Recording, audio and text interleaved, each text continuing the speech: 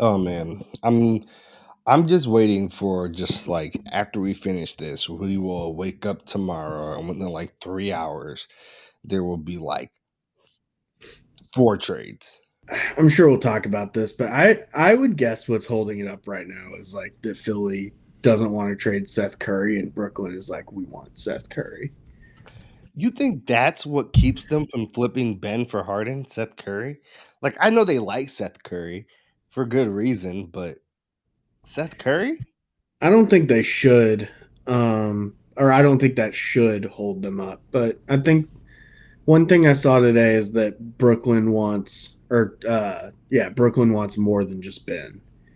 So I'm like that's either Matisse, Maxi or Seth. Fly Pod. Welcome to episode 70 of the Fly Route Podcast. I am your host, Anthony, aka Tony Playboy, aka Kamara Cuts, aka the Blow Bowl. And we have an exciting show for you today. I am joined by my good friend of the show, Sam. You got any AKAs for yourself today? AKA not the biggest Russell Westbrook fan, aka Joe Burrow Super Bowl MVP. Spicy. I mean, if they win, there's no way Joe Burrow doesn't get Super Bowl MVP. Like, I don't care what anybody else on that team does besides like Trey Hendrickson going out for like 5 solo sacks. And even then, like they can still find a way to give it to Joe Burrow.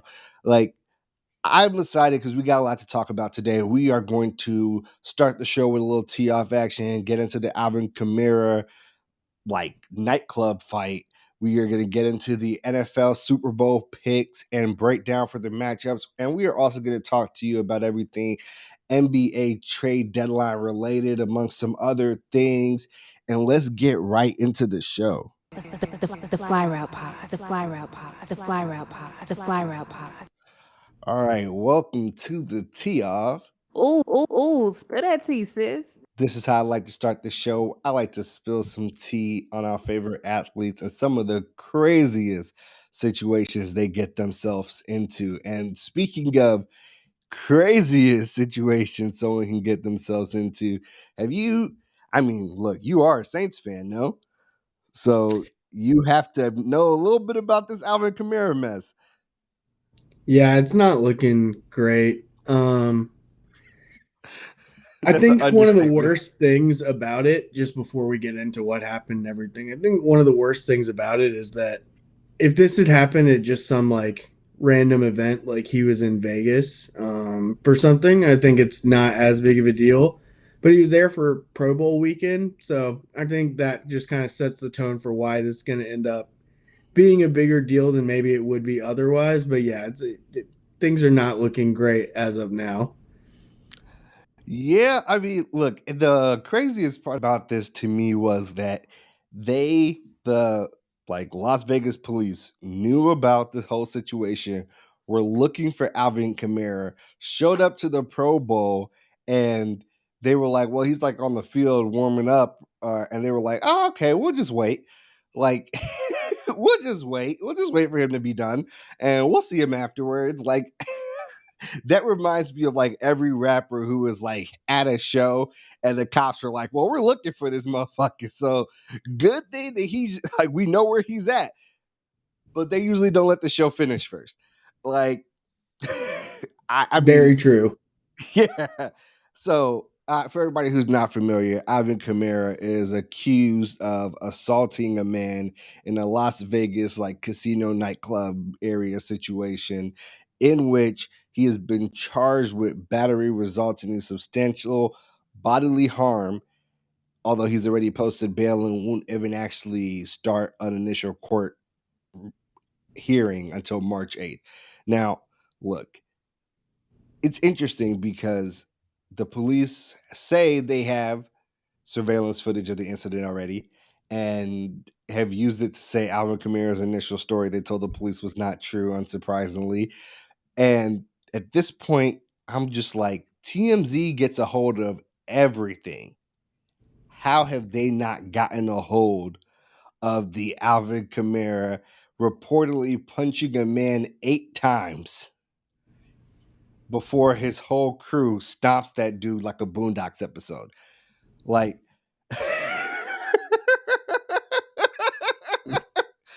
I mean, like they said that it was like there was an elevator. Dude tried to get on an elevator. Kamara apparently, uh, they say he puts his hand on the dude's chest and says, "No, you can't get on the elevator." Kamara says that the dude called one of his friends ugly and said that he could whip his ass. And at that point, Kamara says that a fight broke out near him. Near him, the fight broke out, and that he saw the dude running and try to hit him. The police say the surveillance footage instead shows that Kamara steals off on this dude, hits him a couple times, and then his boys start hitting him. And then once he is on the floor, his boys start stomping on him. One of them, they have said, stomped on him at least 16 times, like by himself, not 16 total stomps. One of the individuals, and they're also so like this is pretty heavy, right? I don't know if you see the picture of the dude's face. I haven't seen it. Oh my god, the picture of this guy's face is super fucked up. Do you think this impacts him being able to play at the beginning of next season?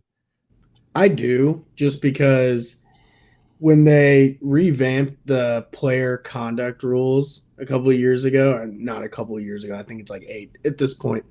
Um, they kind of made it the standard that anything that's like graded sort of a battery level offense, or if you catch like a charge for battery, that like kind of the baseline is 6 games. And I was listening to Max Kellerman talk about this, and he was saying it can go up or go down based off of the context and everything. But we've seen in the past that like battery charges have been specifically been approached with a baseline of like 6 games, and it can go up or down from there. So I do think he will miss some time to start the season. And going back to the start, I think it happening over Pro Bowl weekend in Vegas, where it's kind of like an NFL event, it may make them come down harder because it's like you're there representing us.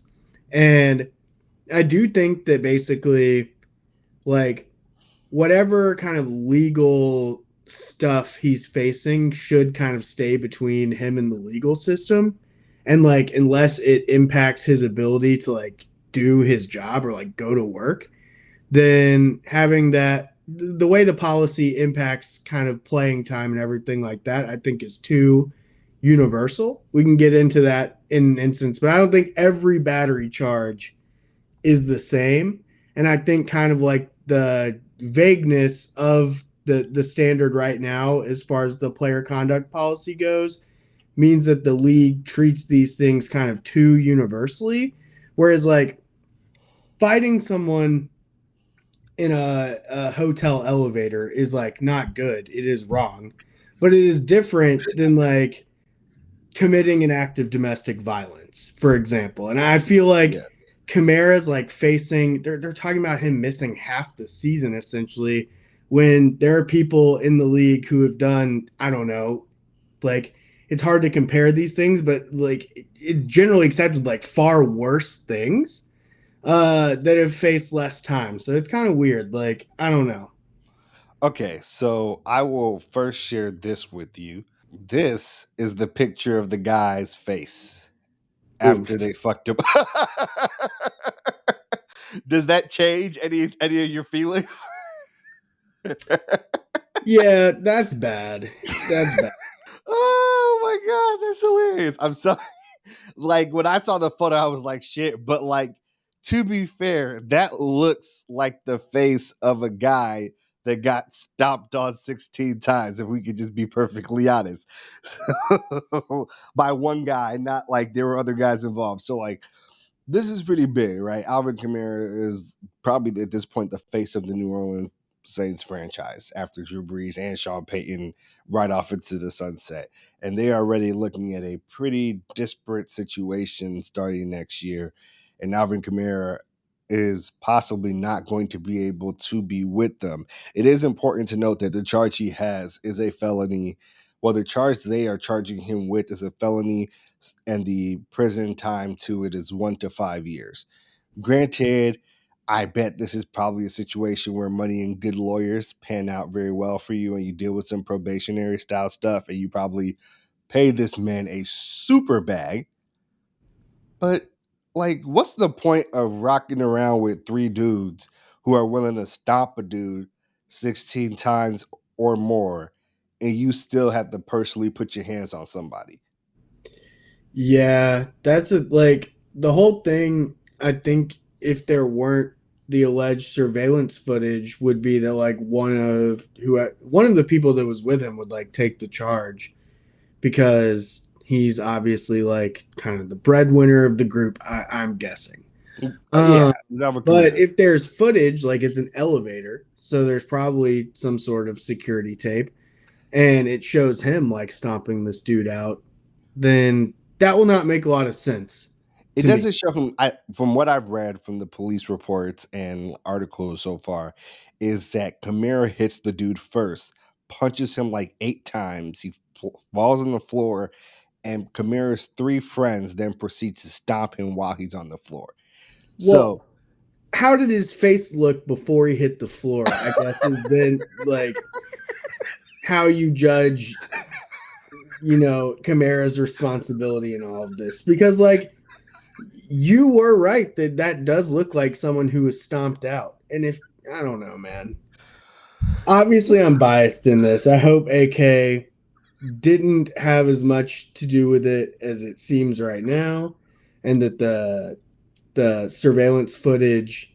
I hope the reason it's not leaked is because it's like in his favor. There are just too many cameras in the world these days for like something like that to just go down with no repercussions. I'm surprised no one had cell phone footage at least. Exactly. Like, I mean, I don't know, but like, I'm just shocked by that in and of itself. Like, if you see Alvin Kamara, maybe let's say softly participating in the jumping of somebody, I feel like that's when someone pulls out their phone and goes, "Yo, that's Alvin Kamara." Exactly. And I guess that is like the best case scenario I'm hoping for that Kamara was involved in a soft jumping and that after he left it got worse. All right, that was your tee off. Ooh, spill that tea, sis. Spill that tea, sis. We will go right into the Super Bowl because the Super Bowl is on everybody's mind right now. It's hot. And honestly, I think this is not the Super Bowl people expected, not the names people wanted at the beginning of this season, but I think this is primed to be like one of the better Super Bowl matchups that we've seen in a couple of years because the last two were kind of booty, unfortunately. Like, all right, so we'll start off with the spread for this game. The Bengals are playing the Rams, and the Rams somehow, for the second time in NFL history, but also in back-to-back years, have home field advantage during the Super Bowl. And they are favored 4.5 points right now on Fox Bet. I am going to say, first and foremost, I would take the Bengals plus 4.5 in this game. I wouldn't be shocked if the Rams won the game. In fact, if I had to pick a money line bet, I'd put it on the Rams at home in this moment. But I know that I'm super confident in Bengals plus 4.5 for this going into this game. Looking at that spread, how do you feel about it? So I've bet Bengals money line in every playoff game so far. And in every playoff game, it has worked out.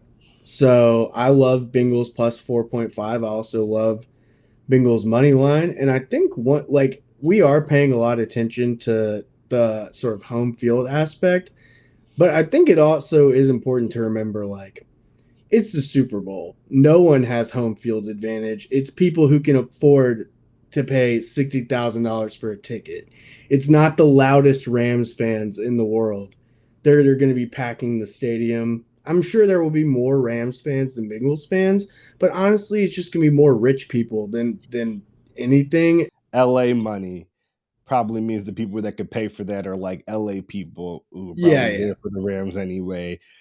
I will say The reason why I am a little skeptical for the Bengals is the reason why everybody has been skeptical for the Bengals at any point in time this season. The offensive line, right? Like Los Angeles is one of three teams that had 50 or more sacks in the season.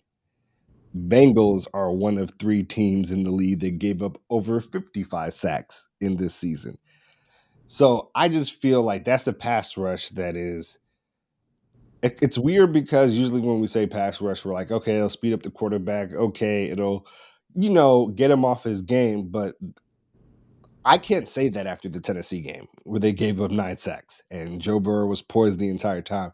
What I can say is that puts you in a lot of bad field position areas that can lead to turnovers, things that the Rams can kind of take advantage of. And I feel like that turnover battle is going to be where the game is won and or lost, depending on which side it is. I will say this. Have you noticed that since that game, the Bengals offensive line has been pretty good? Yeah, I would like, especially in the second half of the Chiefs game. Like, yes, they still gave up sacks, but they have looked way better as the playoffs have gone on. I'm interested. They only gave up like two in that game too, which is pretty or less than two or less in that game because that Titans game is the only time they gave up more than two. I'm a little interested in, of course, seeing the Jalen Ramsey versus Jamar Chase matchup. It's been a little hyped up. Jalen Ramsey always says he wants to follow. And I say this, and I do not say this lightly. I have a inkling feeling that Jamar Chase is going to burn Jalen Ramsey. I think so too. Do you think this game is like explosive? Like, I think the over under is like 48. Are you taking it? 48.5? I think it's gonna be over. I see it. I see both teams getting like 3 to 4 field goals. Like, I think McPherson is gonna keep doing what he's been doing the whole playoffs. And I also see him scoring like 2 to 3 touchdowns apiece, honestly. Like, I think it's going to be somewhere like in the 27-23, like close high 20s scoring, maybe low 30s scoring game. Like, I think Cooper Cup is going to expose Eli Apple. I think that Jamar Chase is going to expose Jalen Ramsey. And yeah, I think it will be a pretty like I think there will be phases of it being like a shootout and then phases where it's really slow and both teams are kind of settling for field goals for multiple drives in a row. All right, let's keep it moving and get right into the NBA trade deadline. Because look, last year's trade deadline was kind of booty. Like, let's be honest, it was a lot of hype and a lot of nothing. This year, I feel like even if nothing else happened, it'd be a little underwhelming because of some of the big things that we've been sold, like James Harden, Ben Simmons, like that style of stuff. But it's been pretty hot. It's been pretty hot. Like, I'll start in like the chronological order of things that we've seen so far. And I actually first want to talk about the Blazers and Pelicans, but only because they move some of those assets around afterwards the next day, right? Yeah. So like initial trade with the Blazers and Pelicans, like Pelicans, they get CJ McCollum, Tony Snell, and Larry Nance Jr.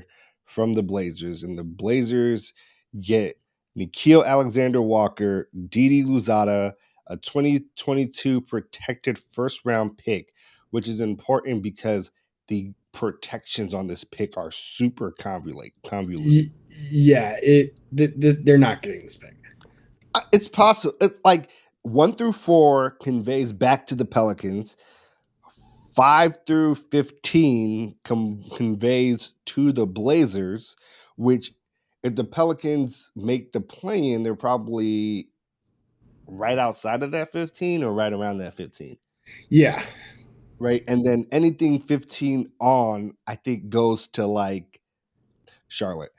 It is Charlotte. And then 2 future second round picks. For the Yeah. Devontae Graham deal Yes. somewhere. Initial thoughts on this trade for you? I like it for the Pelicans a lot. I think like the one kind of downside, if there is one, is like that CJ does make $30 million a year and is getting a little bit up there in age. How old is he exactly? Let me see. He's a little bit like, I feel like he's like 31 or something. that sounds close. He is 30. 30. Okay. So yeah. Yeah. I think the only downside is you're adding $30 million. So that's obviously like you're committed to that. But really, I think that it makes things exciting for this year. They can compete for the play-in regardless of whether or not Zion comes back. Brandon Ingram, Jonas Valanciunas, and their younger players have been, especially since their rough start, been playing really well. Jackson Hayes is looking really good. So I feel like CJ, Valanciunas, and Brandon Ingram in the interim this year can make a push for the play-in, and then next year and the next coming years, if Zion is able to come back fully healthy and everything like that, I feel like that's a really good core. Like, is it a championship contending team? No, but it brings like a really competitive team to New Orleans. Of you have your 4 best players are Zion, Brandon Ingram, Jonas Valanciunas, and CJ McCollum. I feel like that is a solid playoff roster if they're all healthy. I feel like Here's the my Pelicans take question a big for you, step. though. Yeah. This is a lot of the talk prior to this was Zion's upcoming contract extension. Will he want to stay in New Orleans? Is CJ McCollum off of the Jonas Valanciunas deal before that enough that you think Zion's like, okay, New Orleans is the place where I can build? I think the general positive direction of the team before the trade, combined with the trade, and the fact that he would be giving up like all max, super max considerations, like taking the qualifying offer means that you are taking off the table a bunch of incentives that go along with sort of extending, because the NBA wants to incentivize players to stay with the team that drafted them for as long as possible. So it's financially in his best interest to do so. And now I feel like the direction of the team under a new coach and the moves that David Griffin has been making since this past offseason, even though I feel like he's rightly been criticized in the past, you can't really dispute that like going out and getting Valanciunas for Steven Adams is like a great move. Letting Lonzo leave is like kind of the one thing that I think could kind of stick in the back of Zion's mind, maybe. But I feel like this is potentially enough to make up for that. Okay, I'm with it. On the Blazers side of this, I was shook when I seen this. Like maybe the Blazers get an extra first round pick this upcoming season out of it. It's not unlikely, especially if the Blazers are in that like playing or just out area. I mean, I see this and I was like, ugh, you all are. I it looked like they were tanking to me when I saw this. Like I gave them a D. Yeah, I I'm right there with you. I gave the Pelicans actually an A here. Like I really like CJ McCollum. I think that like CJ could actually be a really good point guard in this league. People think of him as a shooting guard, but he's really been a combo guard the entire time he's been in the league. And so has Dame. But the only difference was Dame was next to him. Yeah, So he had to be the second option because Dame Lillard is that good. Like now he can run the offense, put the ball in his hands. Like that's a guy that you would like to control your pace. That's the veteran that you can have get the young guys where they need to be. Like I actually really, really like this for CJ, and I feel like this gives CJ the opportunity to blossom, especially with like a really good scoring wing like Brandon Ingram, which he has never gotten to like play with. Yeah, and I think that Brandon Ingram kind of solves the exact fit problems you're talking about with the Dame CJ backcourt. It's like you want Brandon Ingram to be having the ball and isolating for parts of the time. And he's really been kind of like a good fill in facilitator and playmaker this year. But having CJ McCollum take some of that duty off of him or take some of that pressure off of him, and Brandon Ingram can just go back to being a pure scorer, which is exactly like you don't want Brandon Ingram to have to be a part-time playmaker if he doesn't have to be. His best thing is scoring, allowing CJ to take some of that responsibility and develop and sort of go into his own combo guard, point guard, shooting guard kind of evolution. I think I agree will be really good in New Orleans. All right, so the Blazers get a little creative with the Nikhil Alexander pick that player that they got and one of their second round picks, and they flip it with a 3-team trade with the Utah Jazz and the San Antonio Spurs. The Jazz now get Nikhil Alexander Walker and Juancho Hernan Gomez, which I thought was interesting. They were trying to reload after losing Joe Ingles and sliding really hard. The Blazers get Joe Ingles, Elijah Hughes, and a future second. The Spurs get Thomas Satoransky with a future second as well. Okay, so at first I said I like this for the Blazers, and you were like, Joe Ingles is on an expiring contract. And then I went, oh, I don't know if I like this for the Blazers. Like, I'm not too familiar with Elijah Hughes. I'm not sure if you are. Yeah, no, I know nothing.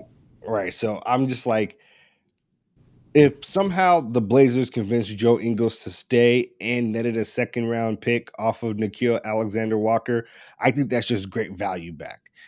I don't think, I don't really understand Joe Ingles currently as a player that wants to, like, A, ring chase, or B, be in a large market.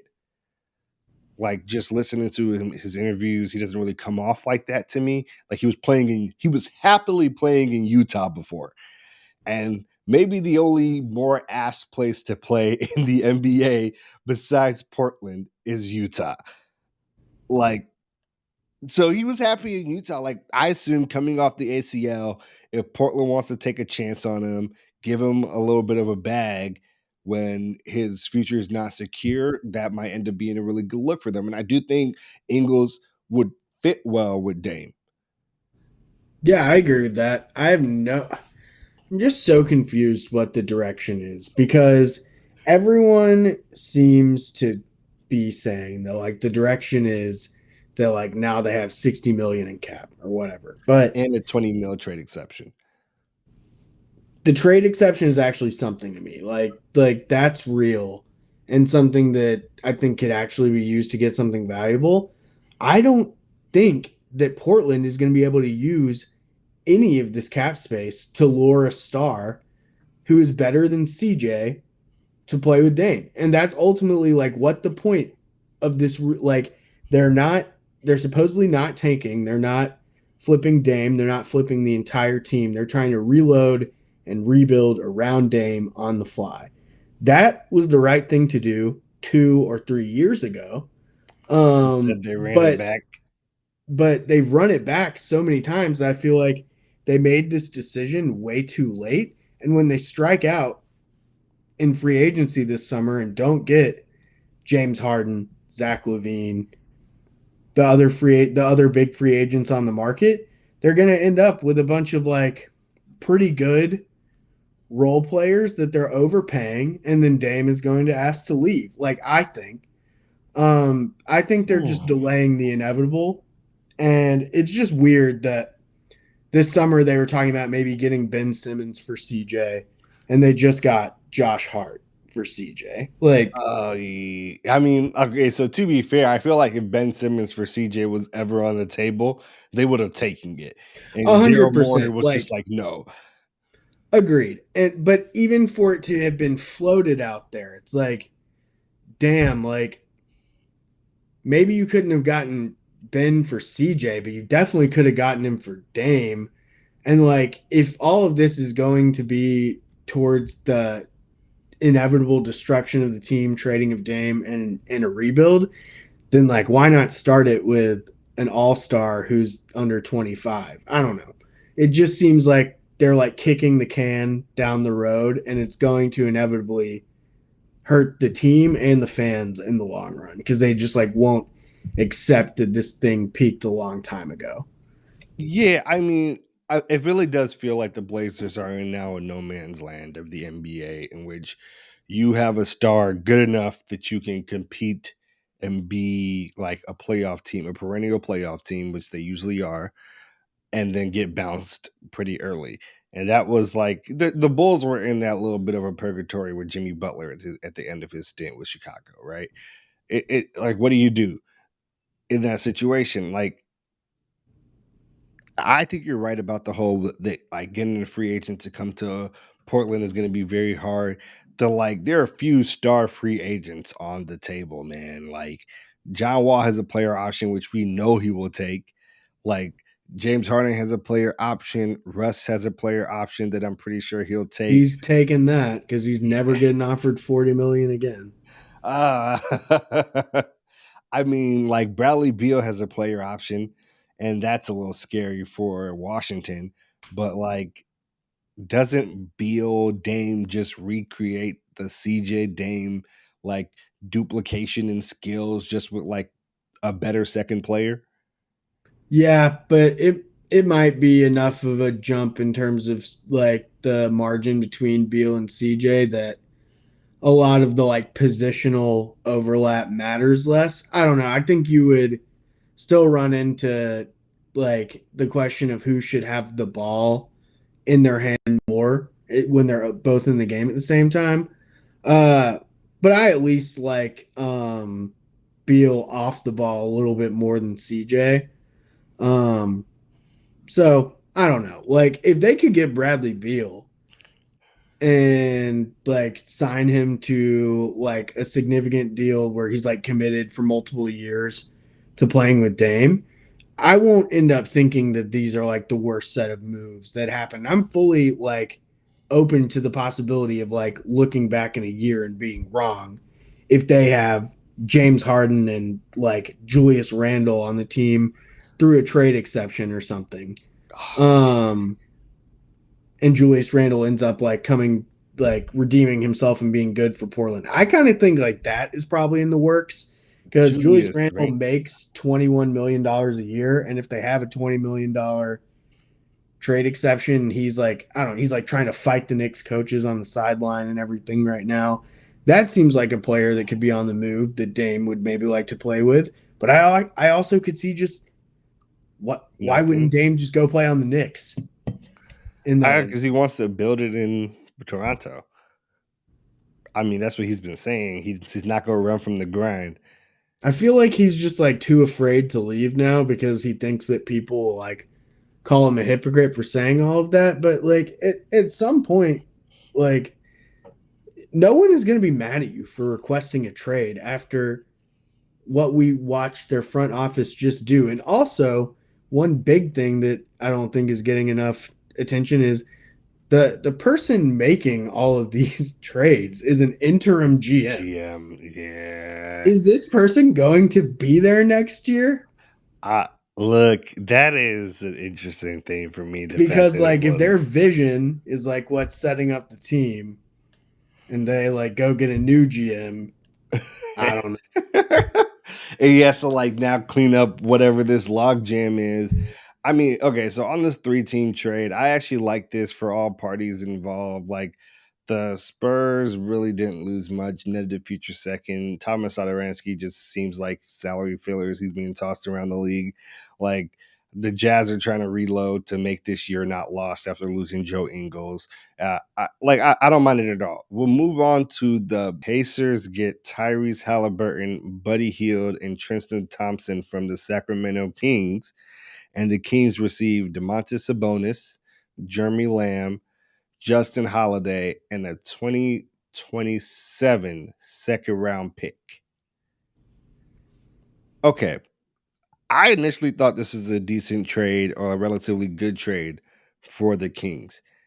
98% of people I have seen talk about this or even talk to about this grossly feel in the other direction. I think you being one of them.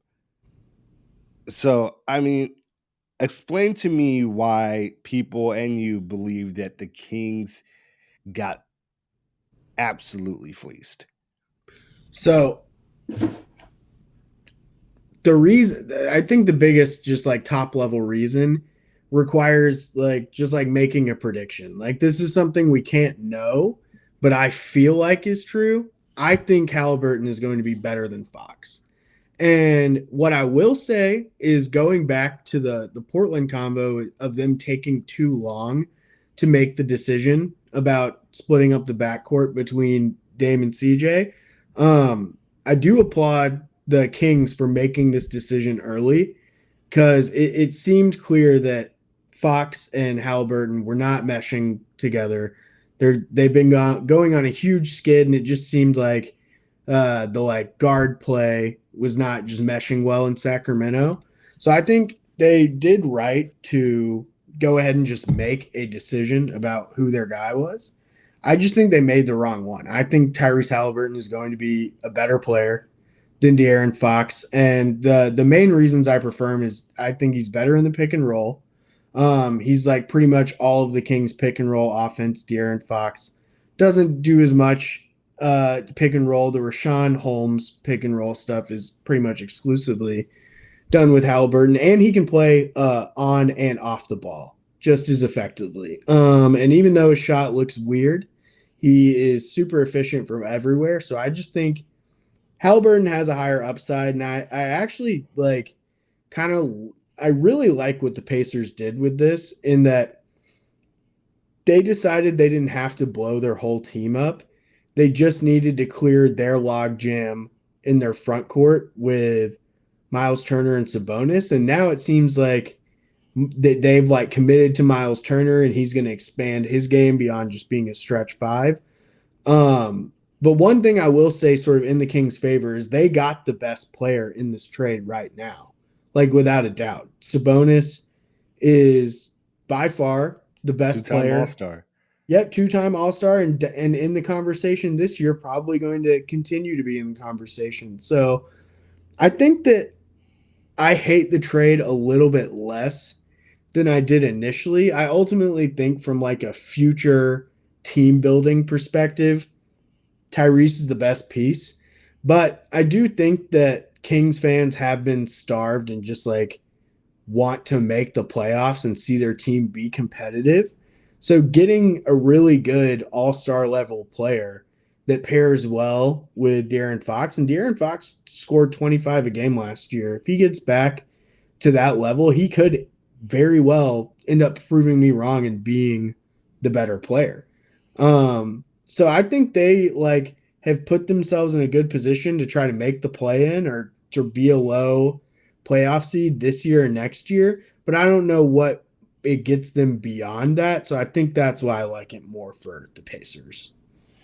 All right. So I've come around to a lot of the Pacers' points, particularly the fact that Tyrese Halliburton is like a really efficient three-point shooter. Like he shoots high volume, high percentage. And De'Aaron Fox, on the other hand, shoots low percentage. And so does Domantas Sabonis. And that makes the Kings team kind of clunky. Now, the Kings are also saying this isn't their only move. And I think a team where you try to surround Sabonis and De'Aaron Fox with shooters could actually work. I mean, it could actually work. I don't know what it'll look like. I don't know if it'll actually work, but it could work. I do think the Pacers are just like, they said it from the beginning. They want to move Karis LeVert, Sabonis, or Miles Turner. And I feel like once Miles Turner broke his foot, it kind of like sapped up the not really value, but people's willingness to put it forward in the middle of the season.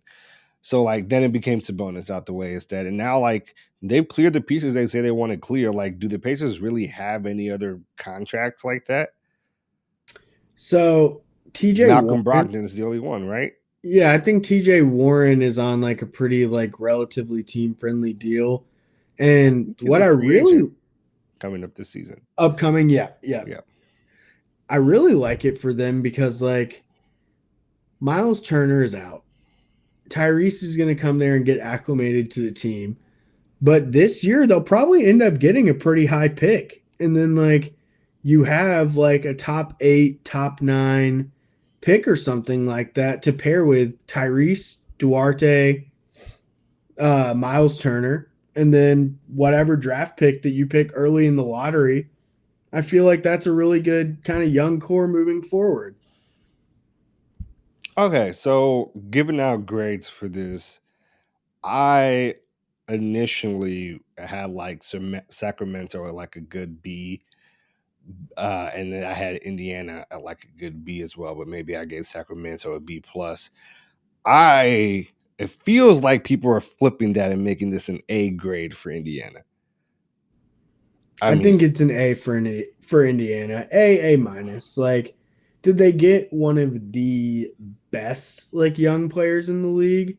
Well, yeah, depending on how you think about that. Like, if you look up any like top 25 players under 25 lists, like Tyrese or like 24 under 24 or whatever.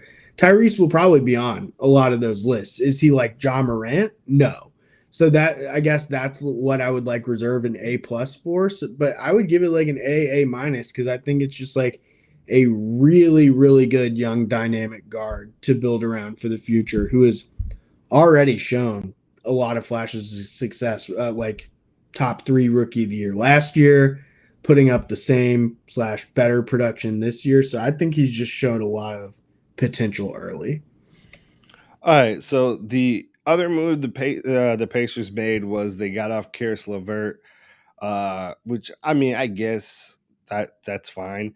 They moved Karis LeVert to the Cavs, who are again another team trying to reload for a playoff push. Well, they are in the playoffs, well in the playoffs, and they are doing particularly well this season. Like obviously, this is all because of the Ricky Rubio injury.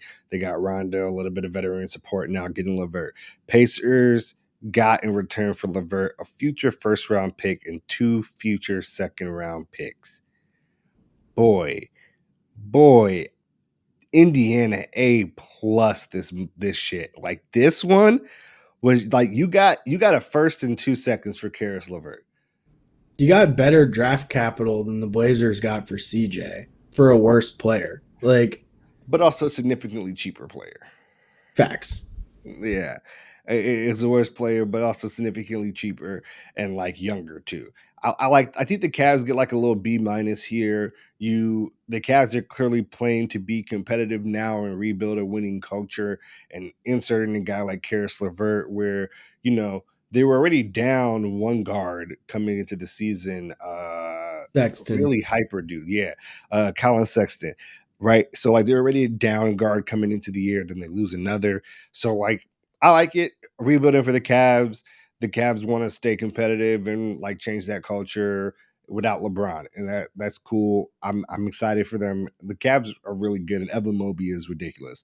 So the other Blazers trade, which is the last one that we got here, is that Blazers get Eric Bledsoe, Keon Johnson, Justin Winslow, and a future second round pick.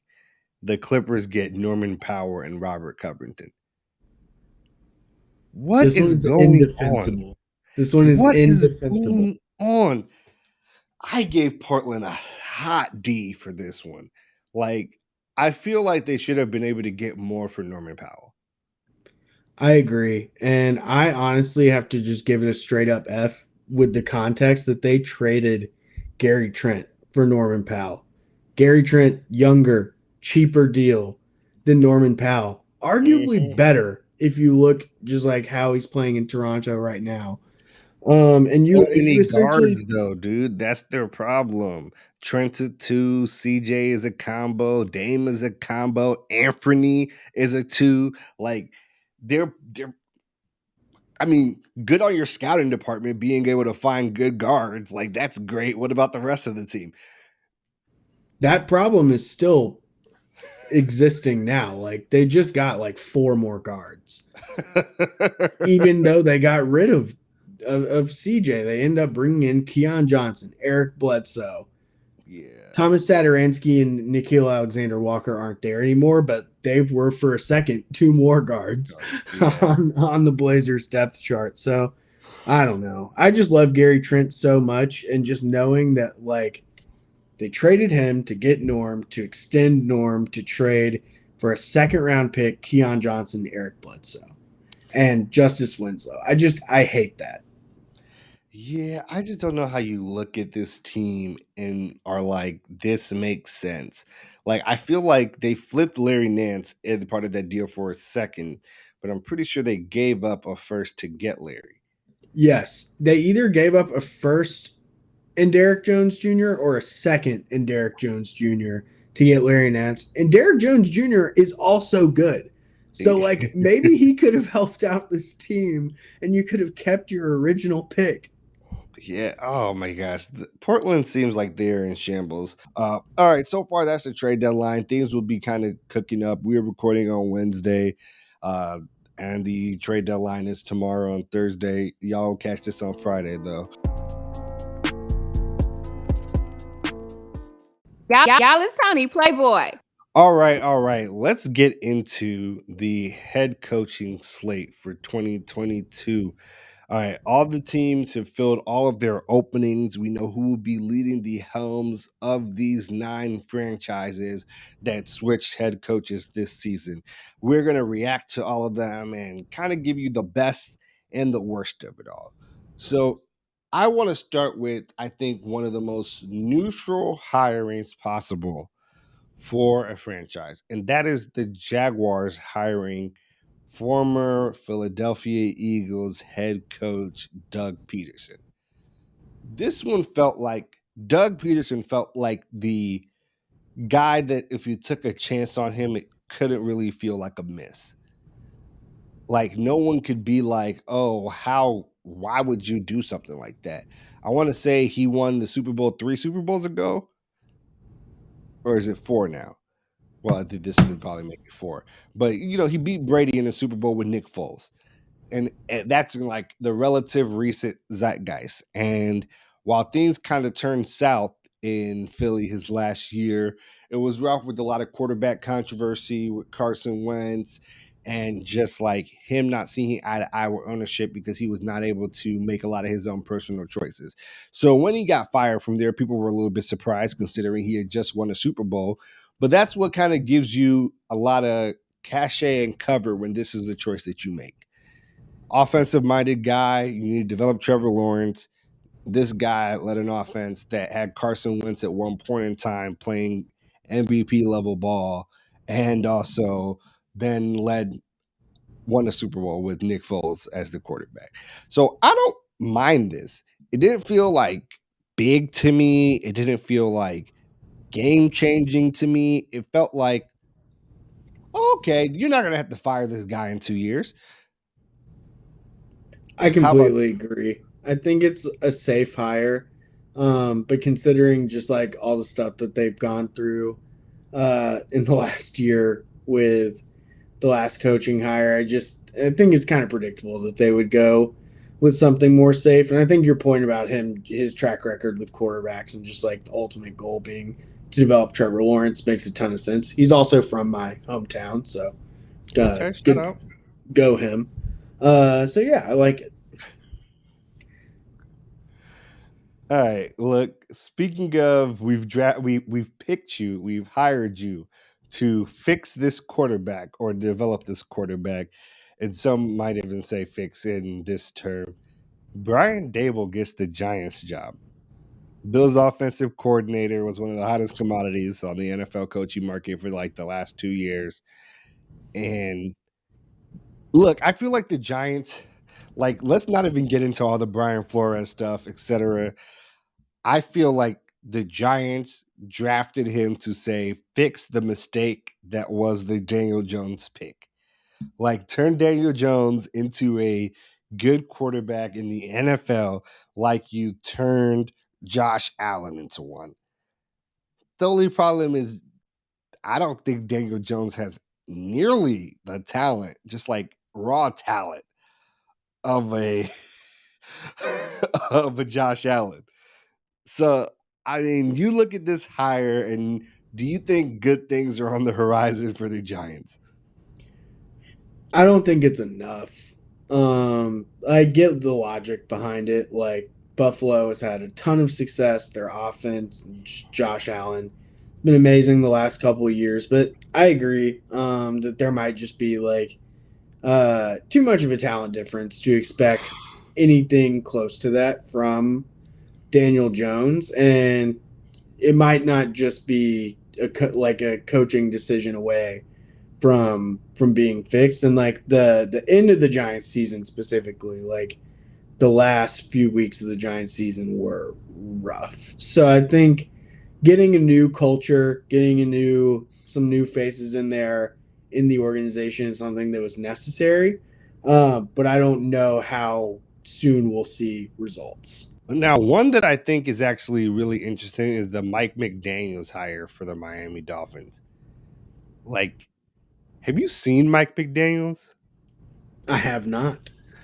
Mike McDaniels looks like your sixth grade math teacher. I am so serious.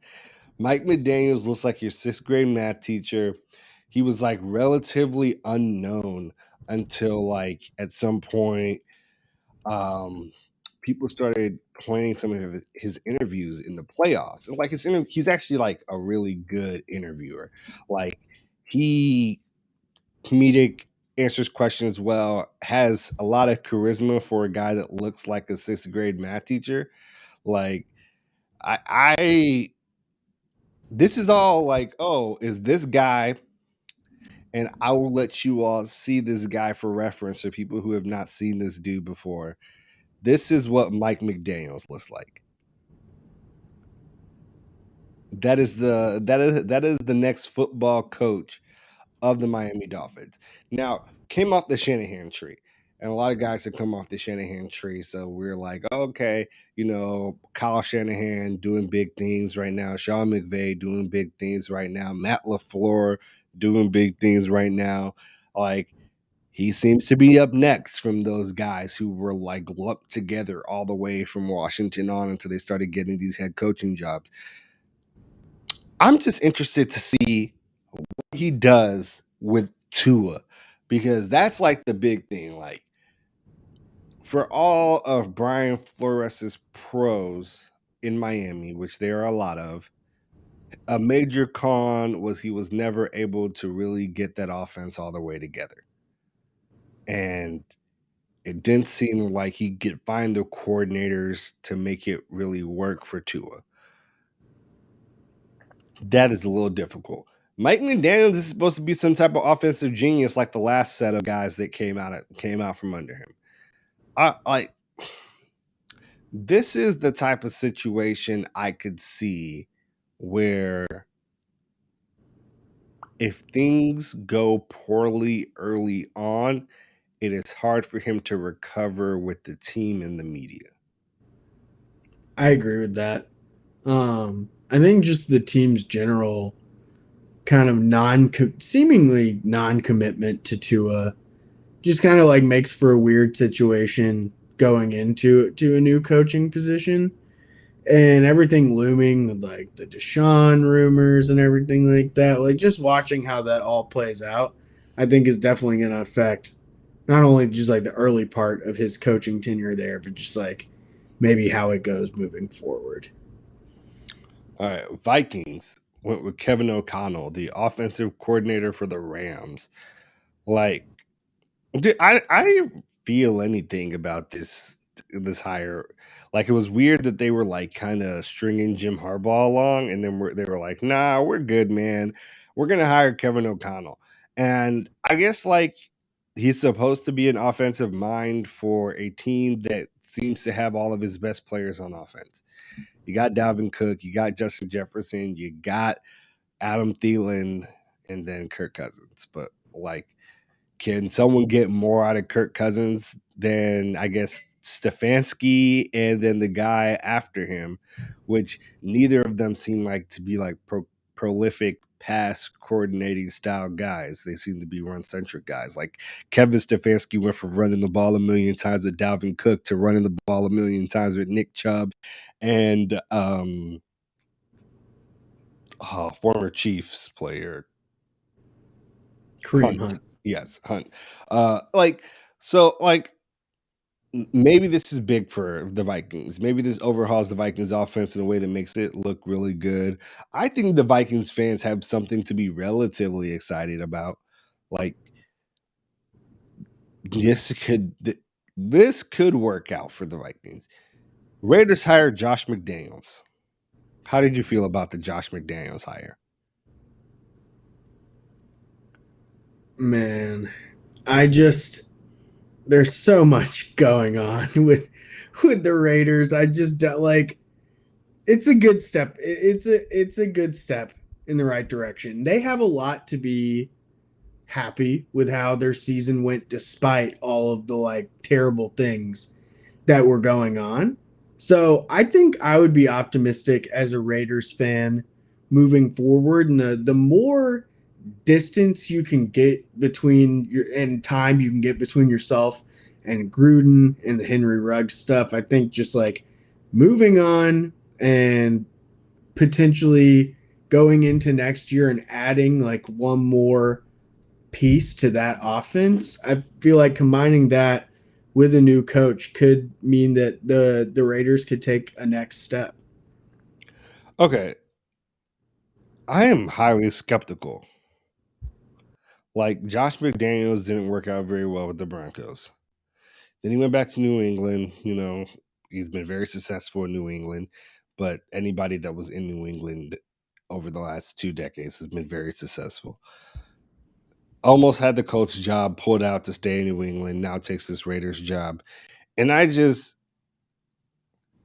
of this feels like another one of the guys that get hired because he's part of the Bill Belichick line or tree, and then we watch things not develop or go the way that we wanted them to or expected them to because he was part of the Bill Belichick line or tree. You do need to develop a culture in that Las Vegas locker room. They definitely need to tighten up because, like, all the random shit that popped off this year, like outside of Gruden, just like Ruggs, Arnett. There was like one other player that like fell asleep in his car drunk in a parking garage. Like, can Josh McDaniels create that culture without losing the locker room? That seems like a problem for a lot of Bill Belichick disciples. Yeah, and especially in Vegas, all of that feels compounded because the NFL really wanted a team in Vegas. They wanted to be all around gambling and everything. And, you know, I don't know if they really thought through like everything that comes with that. Because like we started the show talking about, Alvin Kamara is not a member of the Raiders, but it's another incident in In Las Vegas Vegas. keeps happening. So I don't know. Yeah. Okay, you're not wrong. That's going to be really interesting to see how that develops. Broncos take Nathaniel Hackett, former offensive coordinator of the Green Bay Packers. He never called plays for the Packers. He was the offensive coordinator for the Jaguars, I think, and called plays, and they were terrible. And was the offensive coordinator for the Bills in a year where they went 6-10. So like absent the time he had in Green Bay with Aaron Rodgers, one of the most phenomenal quarterback talents of this generation that's coming to an end actually. Uh I'm kind of shocked by this hire. Like It seems unless the like Broncos get Aaron Rodgers. I was about to say, it seems like that's what the play is. Okay, if the Just like Broncos don't get Aaron Rodgers, how do you think this goes? they call him up and are like, sorry, dude, never mind. Like he gets fired after the year because they couldn't get Rodgers. They were like, Maybe "Well," even before the year, they put in honestly. an Like, interim guy, and they're like, well, never "Well, mind. Sorry, dude. yikes!" We I all mean, wanted him. I wish him all the luck because I really like this Broncos roster. They really do feel like a quarterback away from not just being good, but being like Super Bowl good, like fantastic defense consistently. Although I think I wouldn't be shocked to see that defense kind of taper off this year with the departure of Vic Fangio, who was a defensive minded coach and was really great at that side of the ball. So, I mean, look, a lot of guys with a lot more experience and better resumes were passed over for Nathaniel Hackett, and I think he's going to have a lot to prove. Speaking of that, we have my Chicago Bears, who hired Matt Eberflus. And okay, y'all, I'm gonna just be real honest with you. Before we hired a coach, I said two things. I don't want to hire somebody that's a first time head coach because I feel like we really need stability and a strong arm in this locker room to shape a bunch of young guys on the offensive side of the ball. And two, I don't want a defensive minded guy because 100% of our future is in the hands of Justin Fields developing to be a franchise quarterback. We then proceeded to hire a defensive minded first time head coach, to my dismay. And then I was like, oh, we'll just wait and we'll see his staff and the offensive coordinator. And then I saw the offensive coordinator and the rest of the staff. And I was like, okay, I'm not really excited about this.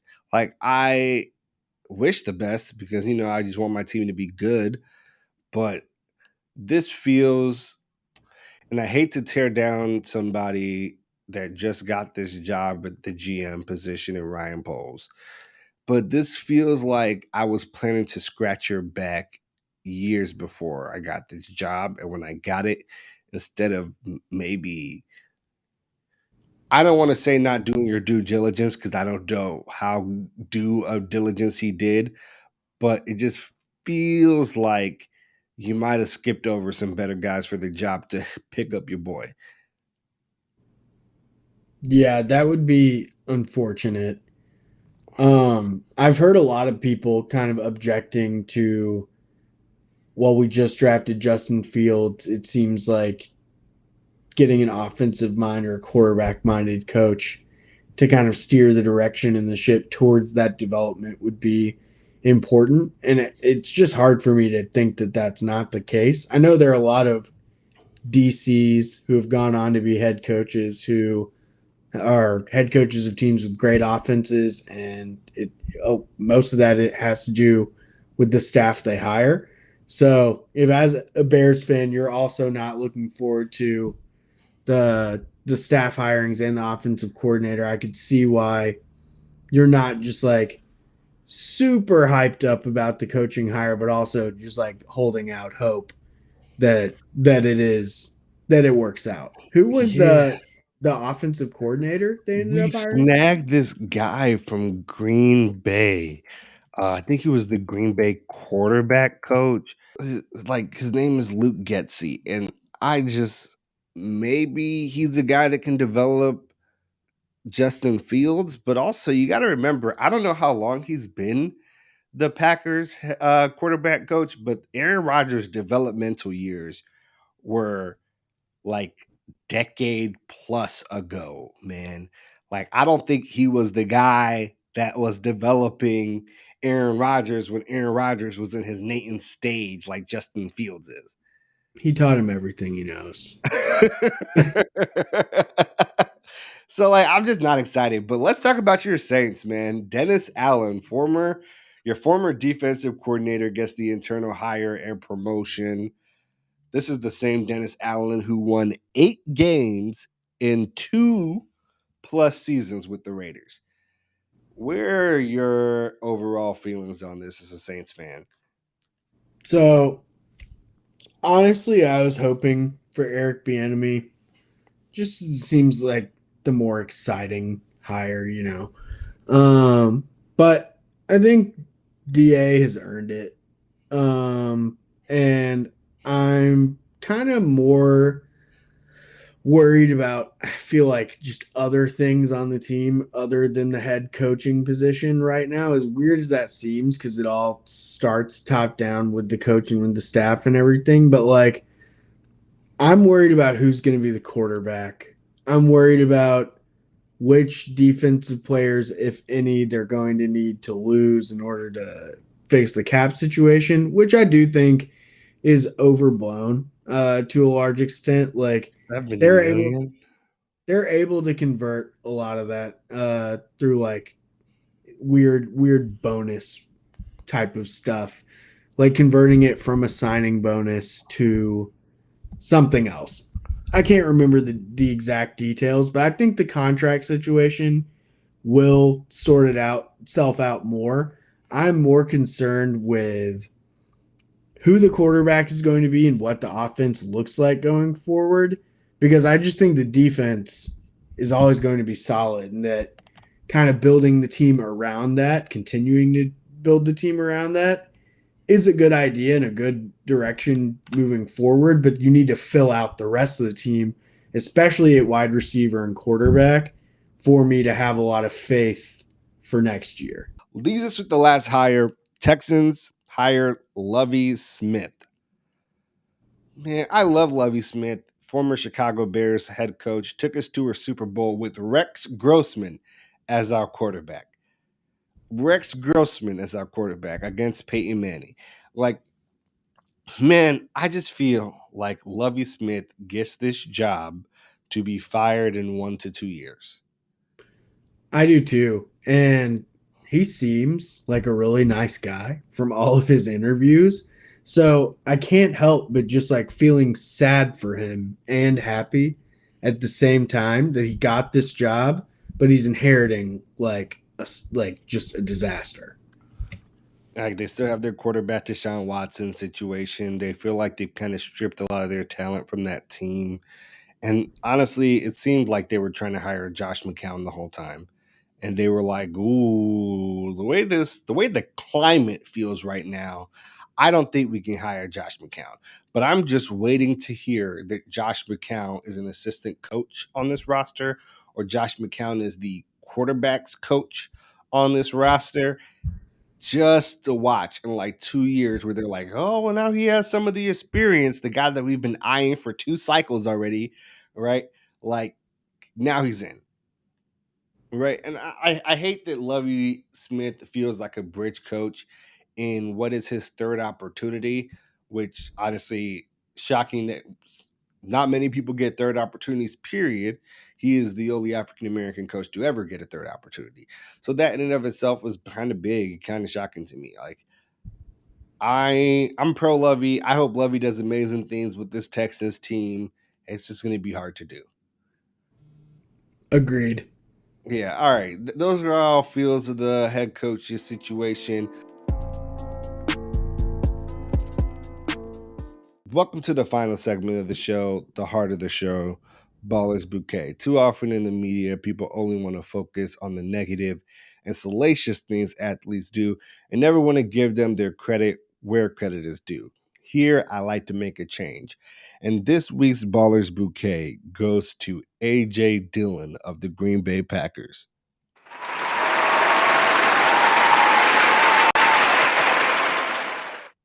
All right, like a lot of us, AJ Dillion likes playing fantasy football.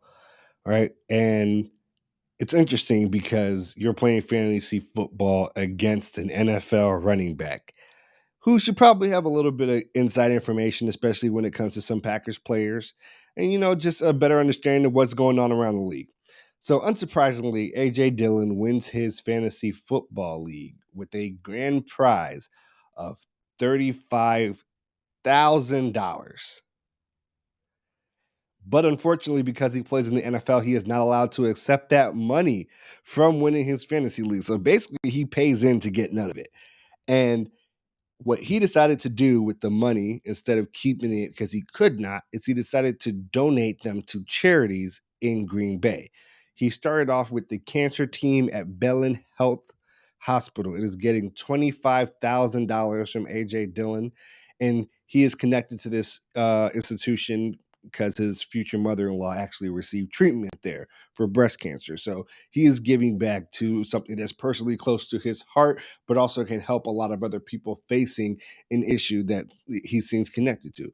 The next thing he is doing is giving the other $10,000 of this grand prize to Willow Tree Cornerstone Child Advocacy Center. It's a community center that helps law enforcement, district attorneys, and child protective services conduct investigations of child abuse and neglect.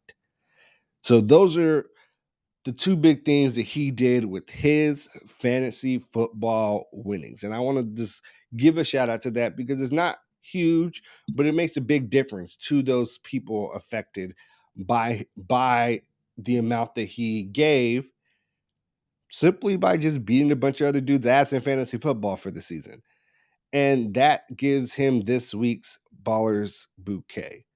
All right. I want to shout out everybody for rocking with us and listening to episode 70. There is only one more episode left in this season.